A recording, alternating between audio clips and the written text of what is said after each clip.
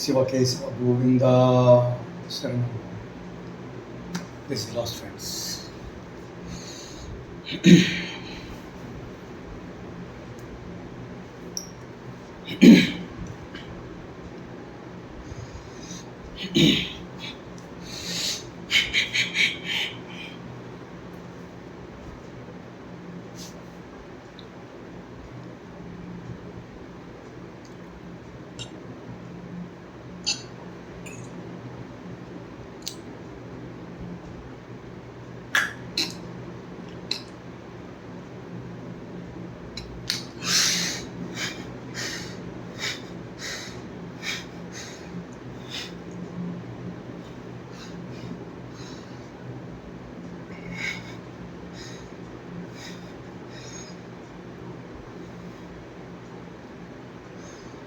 జనరల్గా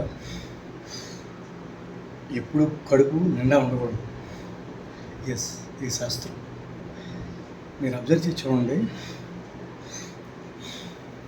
నాన్నగారు చెప్తుంటారు, సంస్కృత పండితుడు, సంస్కృత్ అండ్ తెలుగు మంచి జ్ఞానం.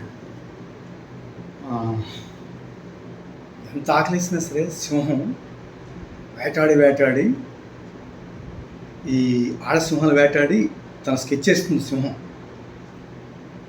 వెనకాల బ్యాక్ బోన్గా ఖచ్చితంగా సింహం ఉంటుంది, మగసింహం ఉంటుంది.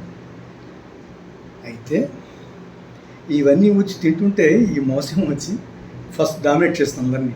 అదిరించి వేడివేడిగా ఉంటుంది. వేడివేడిగా ఉన్న బ్లడ్తో కూడినటువంటి ఆ మాంసాహారతి కొంచెం తీరు. దానివల్ల ఏంటంటే ఆలోచనలే కాదు, ఎలర్ట్నెస్ అంటే ఆల్వేజ్ ఎలర్ట్గా ఉంటాం, సావధానంగా ఉంటాం, అన్ని జ్ఞానంతో ఉంటాం. ఎందుకంటే రాజు కాపాడాలి కాబట్టి, యువరాజు కాబట్టి అతనమాట. సాధారణంగా సృష్టిలో స్త్రీణం ద్విగుణ ఆహారం అని శాస్త్రం. వాళ్ళు 2 గుణాలు కలిగి ఉంటారు, తింటారు. సృష్టి ధర్మాలు మీకు తెలియదే ఉంది కానీ తినాల్సిందే స్త్రీలు. అది ఓకే, వీట్ అది ఫ్రెండ్స్. అందుకని ఏంటంటే మనిషి అనేవాడు ఖచ్చితంగా అప్పుడప్పుడు ఎండిపోవాలి,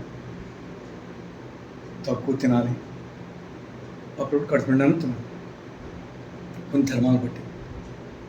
అలా చేయటం వల్ల మన శరీరంలో ఫ్రిక్షన్స్ పెరుగుతుంది. ఆకలి, దప్పికలు ఇవన్నీ పెరుగుతాయి అన్నమాట. చాలా మంచిది. ఎప్పుడు నిండా ఉంటే తెలియదు, వేరియేషన్ తెలియదు. అది కొన్ని యాక్సిడెంటల్గా జరగాలి, జరిగితే మంచిది. అలా నాకు జరుగుతున్నాయి, మంచిదే. నాకు అందరికీ జరుగుతాయి ఖచ్చితంగా. దాని గురించి డిసప్పాయింట్ కావద్దని చెప్తున్నాను. మెయిన్ మ్యాటర్ ఏంటంటే దాని గురించి డిసప్పాయింట్ కాకుండా ఆకలి వేయటం చాలా మంచిది, కడుపు ఎండిపోవడం చాలా మంచిదని చెప్తున్నా. దానివల్ల ఆలోచనలు, జ్ఞానం అన్నీ పెరుగుతాయి. Okay friends.